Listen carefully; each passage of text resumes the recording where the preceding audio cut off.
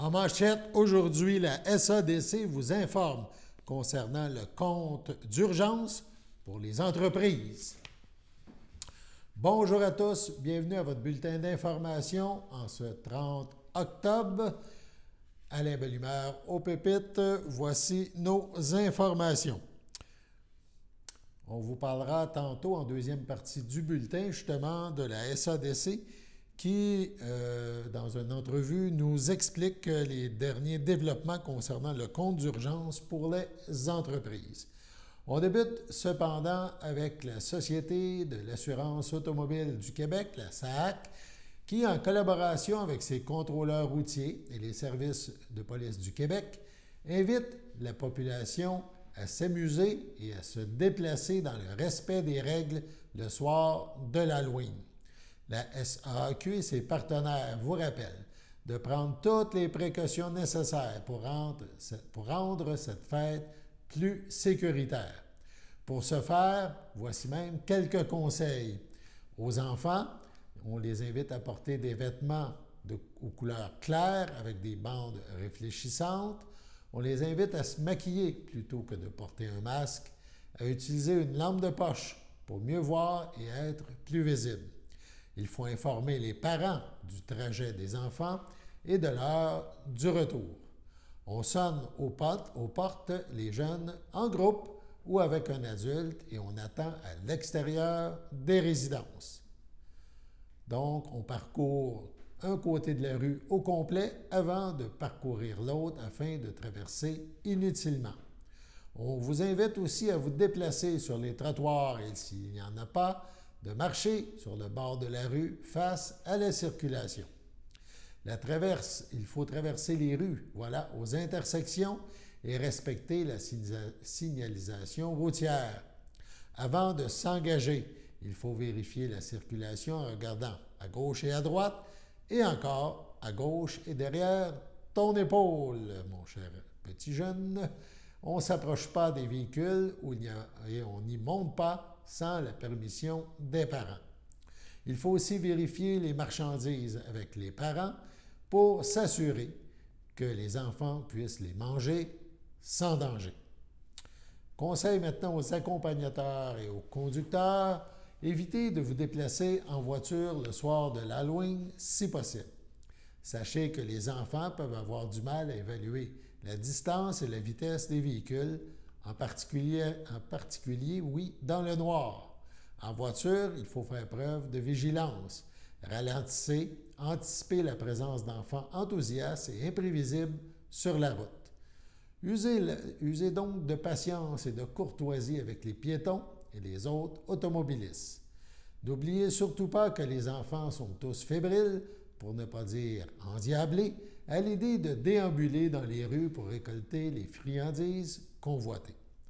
Assurons-leur à ces enfants de pouvoir le faire en toute sécurité.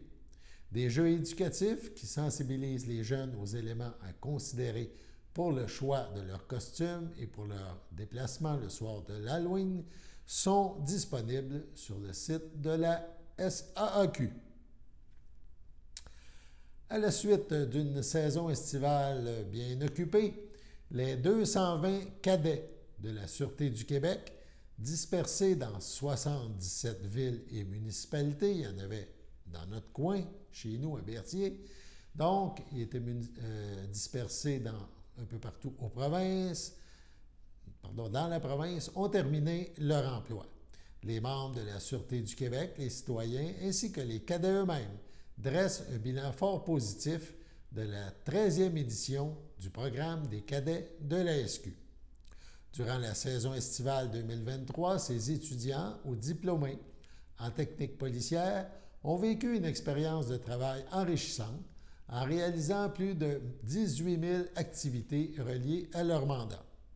Ils ont mis à profit ce qu'ils ont appris au cours de leur formation et ont développé des habiletés qui leur seront très utiles dans leur future carrière.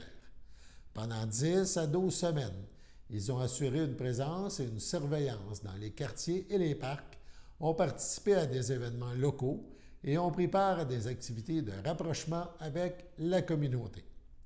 Les différentes activités réalisées tout au long de cette période ont permis aux cadets d'établir un contact privilégié avec les citoyens, en plus d'en connaître davantage sur l'organisation.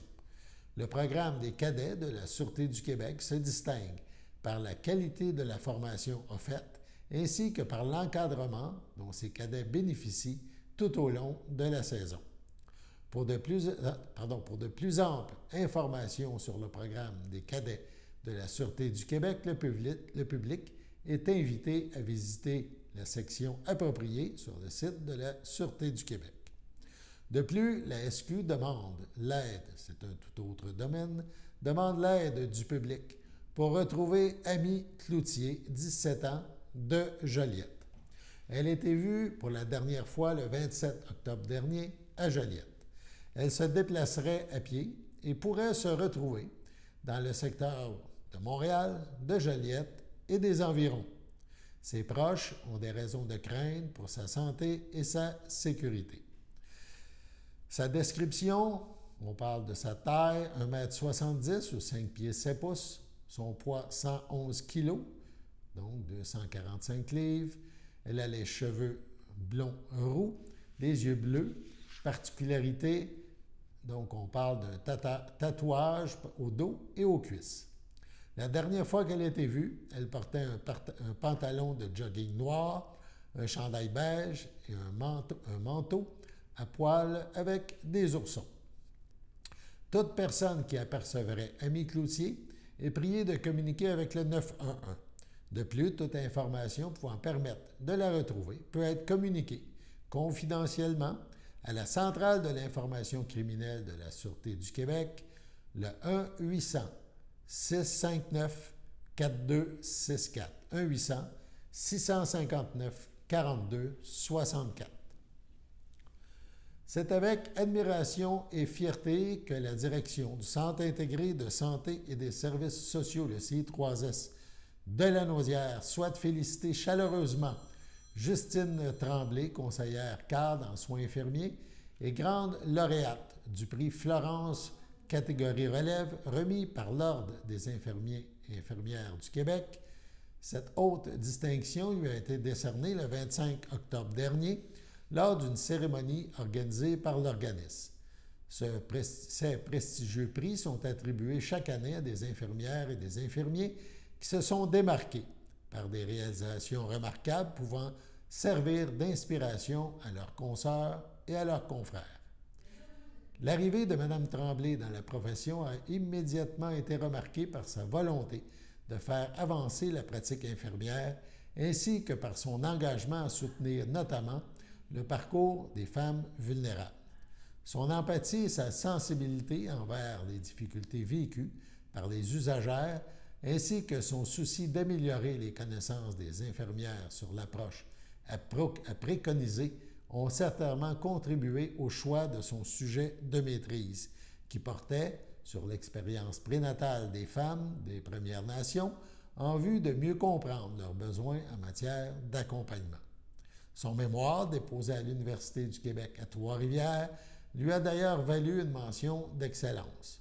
Depuis son entrée au CI3S de Lanaudière, Mme Tremblay participe activement à des projets d'envergure comme la régulation des appels préhospitaliers avec l'infirmière, l'implantation de changements importants à la pharmacie, l'amélioration continue du programme InfoSanté, la mise en place des communautés virtuelles de pratique pour les soins de plaie et à d'autres mandats concernant les clientèles plus vulnérables. Son parcours se caractérise par son dévouement remarquable, mais surtout par son humanisme et sa bienveillance, des valeurs qui teintent sa façon de concevoir et d'influencer les soins infirmiers. Cela est tout à son honneur et ce prix est amplement mérité, souligne Nadia Perrault, la directrice des soins infirmiers. Nous sommes très reconnaissants de pouvoir compter sur cette professionnelle passionnée qui incarne un véritable modèle de compétence, de leadership, de créativité, de détermination et d'altruisme. Toutes ces qualités font d'elle une relève inspirante et c'est pour ça qu'elle reçoit ses félicitations bien méritées. Eh bien, ce matin, des brins de neige, oui, l'hiver est à nos portes et le ministère des Transports et ses équipes se préparent depuis quelques semaines et sont prêtes à intervenir au besoin, quel que soit le type de précipitation. C'est ce qu'on nous dit. Collectivement, nous avons tous une responsabilité pour que les déplacements se déroulent de façon sécuritaire. Les automobilistes doivent planifier et s'informer avant de prendre la route, adapter leur conduite aux conditions météorologiques et respecter le code de la sécurité routière. De son côté, le ministère s'assure de déneiger et de déglacer les quelques 33 000 km de route sous sa responsabilité, en plus d'informer la population des conditions routières, notamment sur Québec 511. Au total, plus de 1700 camions sont affectés à l'entretien hivernal du réseau du ministère. Il est important de rappeler que par souci d'efficacité, ces camions circulent à une vitesse maximale de 50 km/h. Faites donc preuve de patience en présence des véhicules d'entretien hivernal et gardez à l'esprit que les conducteurs de ces camions travaillent pour vous assurer des déplacements sécuritaires. Quelques petits conseils maintenant de sécurité pour les automobilistes. Il faut préparer votre véhicule pour affronter les rigueurs de la saison froide et dotez-vous d'une trousse de secours. Équipez bien sûr votre véhicule de pneus d'hiver, la date limite pour ce faire est le 1er décembre. Renseignez-vous avant de partir sur les conditions de la chaussée et sur la visibilité en consultant les plateformes de Québec 511 sur le web et l'application. Assurez-vous que l'autonomie de la batterie de votre véhicule électrique suffira à parcourir le trajet. Il faut déneiger complètement votre véhicule en faisant un tour complet des vitres, des rétroviseurs, du toit, du capot, des phares et de la plaque d'immatriculation. Les camions d'entretien hivernal utilisent la télémétrie véhiculaire, ce qui permet de suivre en temps réel, les opérations en recueillant des données relatives à la localisation des équipements. Sur ce, passons à la pause. Chers téléspectateurs, vous êtes cordialement invités le samedi matin dès 9h30 à notre bingo télédiffusé de nos studios de Berthierville. Depuis plusieurs années, nos adeptes de la télévision régionale se sont divisés un montant de 600 $, disponible chaque semaine lors de notre joute de bingo à CTRP. Un amical animateur et ses joyeux compères, dont un technicien et deux bénévoles, partagent tour à tour cette émission dans le but de vous agrémenter durant 60 minutes. Un moment de plaisir qui pourrait s'avérer payant pour vous. Vous pouvez donc vous procurer les cartes de jeu chez les dépositaires participants et j'ai nommé à Berthierville, le dépanneur Formule 1 et le garage Pétroté, sur la rue Gilles Villeneuve, le marché IGA Extra sur la rue Gabrielle Brissette, le marché Métro sur la rue Notre-Dame et la pharmacie Proxime sur la rue Frontenac. À Saint-Ignace-de-Loyola, le dépanneur Esso sur la rue de la Traverse et le marché Aldo sur le rang Saint-Michel. C'est donc un rendez-vous hebdomadaire chaque samedi matin dès 9h30 sur les ondes de CTRB, votre télévision régionale et communautaire, maintenant en haute définition. On vous attend donc en grand nombre et toute l'équipe vous souhaite bonne chance.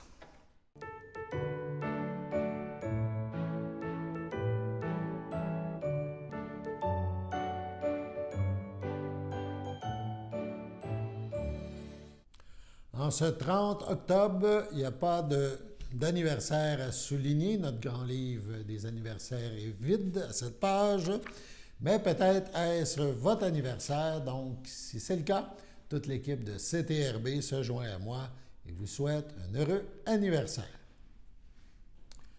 On parle maintenant de notre manchette, le programme, le compte d'urgence pour les entreprises. On se rappelle, ça a un lien direct avec la pandémie, l'aide qui a été offerte aux entreprises. Donc, ce programme offrait aux entreprises et au BNL, organisme à but non lucratif, un prêt de 60 000 $ sans intérêt. Ce prêt est remboursable le 31 décembre de cette année. On écoute Michael Belrose de la SADC d'Autré-Joliette nous en parler dans une capsule préparée et dévoilée durant les derniers jours. On l'écoute.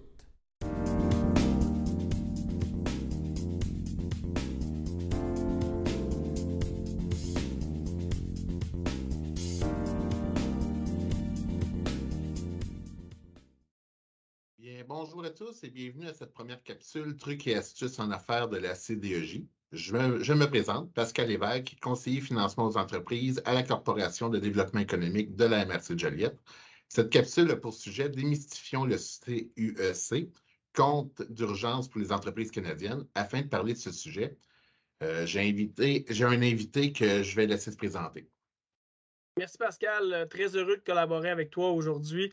Je me présente, Michael Belrose, directeur service aux entreprises pour la SADC de Dautré-Joliette. Merci, Michael. Avant de commencer la capsule, nous tenons à préciser que celle-ci se veut informative, un outil pouvant répondre de façon générale à vos questions. Nous demeurons toutefois disponibles dans nos organisations respectives pour répondre à vos questionnements. Nos coordonnées se trouvent à la fin de cette présentation et dans la publication qui accompagne cette capsule.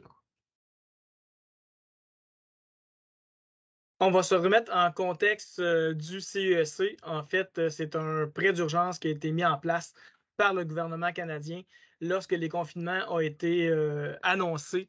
C'est un prêt qui peut aller de 40 000 à 60 000. Il était disponible dans plus de 220 institutions financières, donc accessible à presque toutes les entreprises. Il y a eu beaucoup de changements au courant des années puisque la COVID nous a affectés sur une longue période. Donc, pour la première fois, dans le fond, le CEC avec radiation était annoncé pour un remboursement le 31 décembre 2022. Par la suite, il y a eu un report d'un an pour le 31 décembre 2023. Donc, ça s'en vient.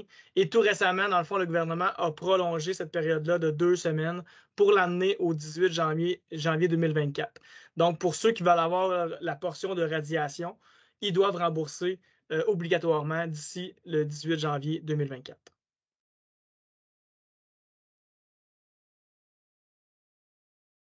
Les grands changements à retenir sont concernant les dates limites de remboursement et les modalités de remboursement.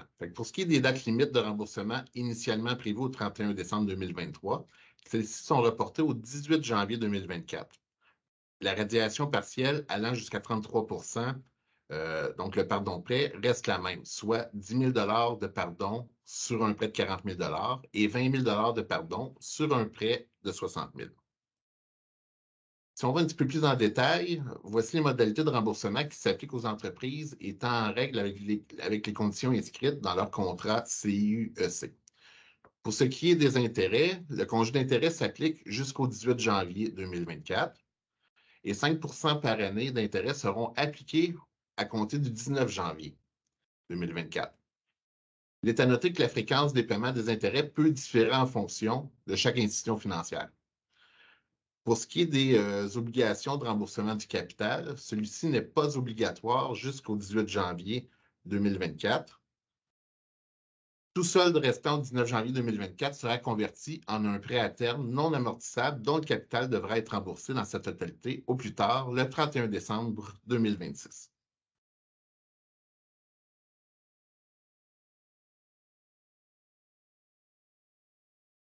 Donc, si le capital impayé est remboursé d'ici le 18 janvier 2024, le solde restant sera radié.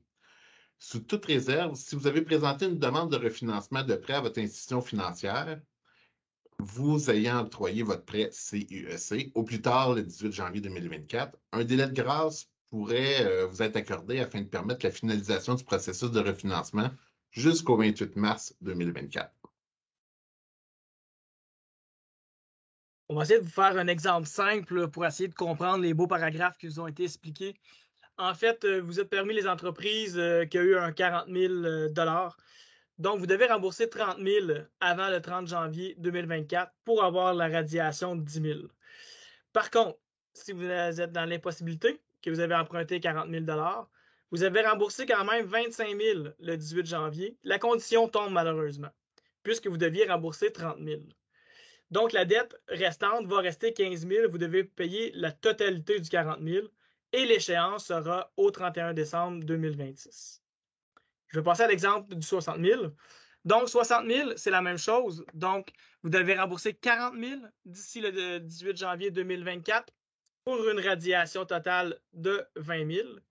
Si vous avez eu la chance de rembourser 35 000 au 18 janvier 2024, ce n'est pas suffisant puisqu'il faut rembourser 40 000, aucune radiation possible. Montant remboursé restant, 25 000, échéance 31 décembre 2026.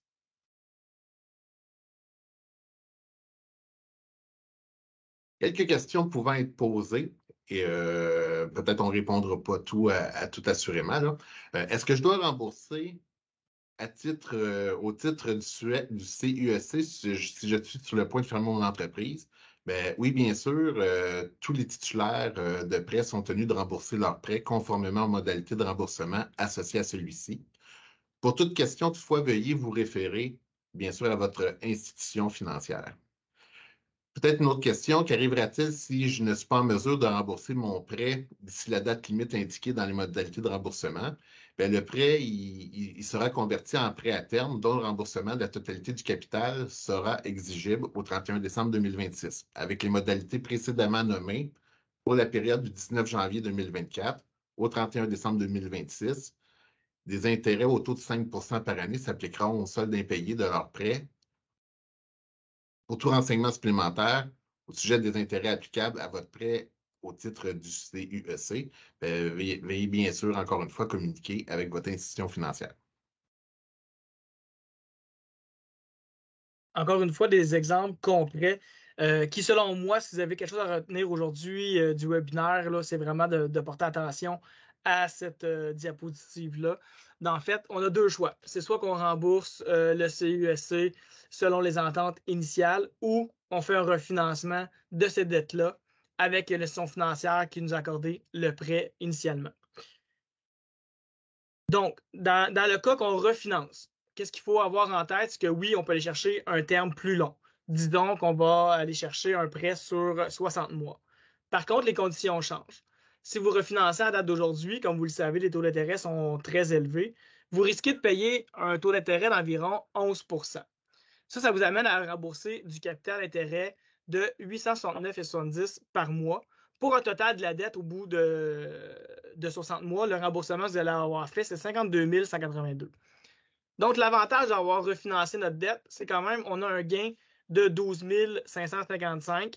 Donc, non plus de 20 000, vous me suivez, vous avez eu un 20 000 de radiation, mais vous avez quand même payé des intérêts. Donc, vous n'avez pas gagné ce 20 000-là. Maintenant, ce 20 000-là est rendu 12 555.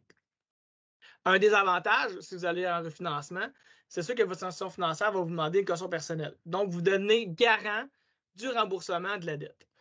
Et vous devez rembourser capital intérêt immédiatement. Donc, je reviens au scénario que non, finalement, on ne refinance pas sur 5 ans. Je garde ma dette de 60 %. Qu'est-ce qui est inscrit à votre contrat? Dans le fond, c'est que la dette va être à du 5 %. Donc, capital intérêt sur 36 mois, c'est 1 798,25 $ par mois, qui est quand même des gros paiements, pour un paiement total de 64 737. Par contre, présentement, votre prêt est garanti par le gouvernement. Donc, au niveau personnel, vous n'êtes pas tenu de rembourser cette dette-là. La dette appartient seulement à l'entreprise. L'autre avantage que vous avez, c'est la possibilité de payer que les intérêts durant encore 3 ans. Donc, un 250 $ par mois. Est-ce que c'est suggéré de payer seulement les intérêts? Non. Par contre, la bonne nouvelle, c'est qu'à partir de février, donc qui serait le premier paiement suite au dépassement du 18 janvier, vous pouvez payer seulement les intérêts. Fait que ça vous donne le temps de retravailler votre scénario et vous n'êtes pas tenu de faire du capital intérêt qui, lui, serait vraiment important au niveau des paiements à 1 798,25 $. Donc, c'est le gros avantage de garder la date totale, c'est qu'on a encore une possibilité de payer que les intérêts et de voir à la stratégie.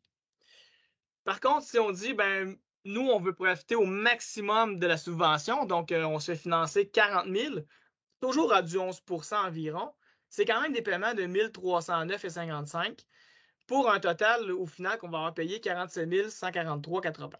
Là, on pourrait dire qu'on a eu gain de notre subvention, de notre portion de radiation à son maximum en refinancement, parce qu'on aura un 17 593,20 $ de différence. Par contre, encore une fois, on est caution personnelle et les remboursements, on est obligé de faire capital intérêt. vous remarquerez là, quand même qu'un remboursement de 1 309 par mois, c'est quand même très élevé. Et c'est une nouvelle entente que vous ne pouvez pas avoir de congé de capital. Donc, c'est un pensez-y bien au niveau de la capacité de l'entreprise à rembourser. Donc, l'objectif aujourd'hui de vous faire ce scénario-là, c'est de voir, c'est quoi l'impact d'un refinancement ou de garder la dette. En bout de ligne, vous pouvez quand même être gagnant des deux côtés, puisque malheureusement, l'entreprise n'aura pas réussi à générer assez de bénéfices pour supporter cette dette-là durant les mois précédents. Voilà. Donc, suite aux explications qu'on vient de vous faire, dans le fond, on veut vraiment que vous passez à l'action en réfléchissant pour avoir le meilleur scénario possible pour l'entreprise. Maintenant, les dates sont très rapprochées, sont connues. C'est d'ici le 18 janvier 2024. On s'entend, c'est demain matin. Donc, il faut vraiment choisir le meilleur scénario et il faut le travailler. Il faut être conscient qu'il y a un risque à se faire refinancer et il y a un risque de garder la dette totale. Par contre, il faut vraiment être éclairé sur ces choix-là parce qu'on doit quand même vous avouer que refinancer une dette, c'est quand même un travail exigeant puisque l'institution financière va prendre un risque qu'elle n'a pas en ce moment puisque le prêt est garanti par le gouvernement. Donc, on vous suggère d'être accompagné, d'appeler vos ressources à la CDEJ, vos ressources à la SADC, pour pouvoir faire des scénarios et choisir le meilleur scénario pour votre entreprise puisque les annonces qui ont été faites du gouvernement, malheureusement, on ne croit pas qu'ils vont changer. Donc, c'est à vous de passer à l'action et de prendre la meilleure décision possible. C'est ce qui va mettre fin à notre première capsule trucs et astuces en affaires de la CDEJ. Merci de votre écoute. Vous pouvez vous référer à la source du site web du CUEC.ca qui apparaît au bas de cette présentation pour plus de réponses et en lien avec la situation. Et n'hésitez surtout pas à communiquer avec nous pour tout questionnement supplémentaire, comme Michael l'a dit, que ce soit là, auprès de la CDEJ, de la SADC, de d'autres Joliette. Merci beaucoup. Merci, Pascal. Sur ce, on passe à la météo.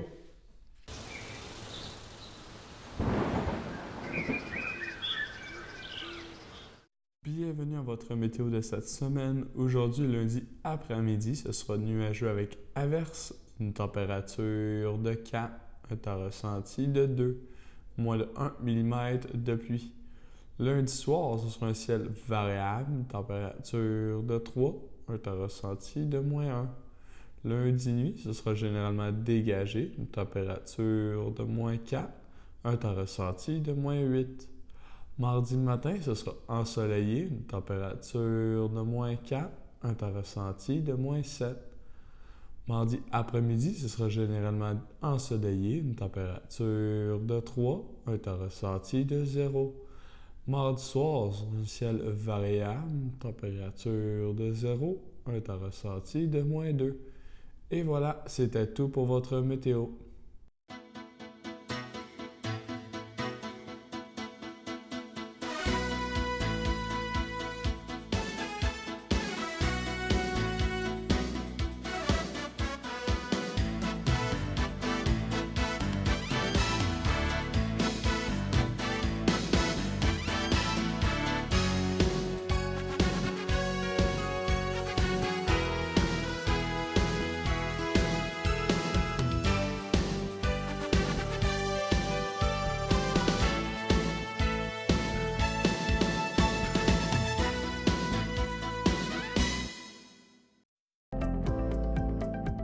Les télévisions communautaires autonomes du Québec, ce sont les télévisions les plus importantes parce qu'elles sont proches de la communauté.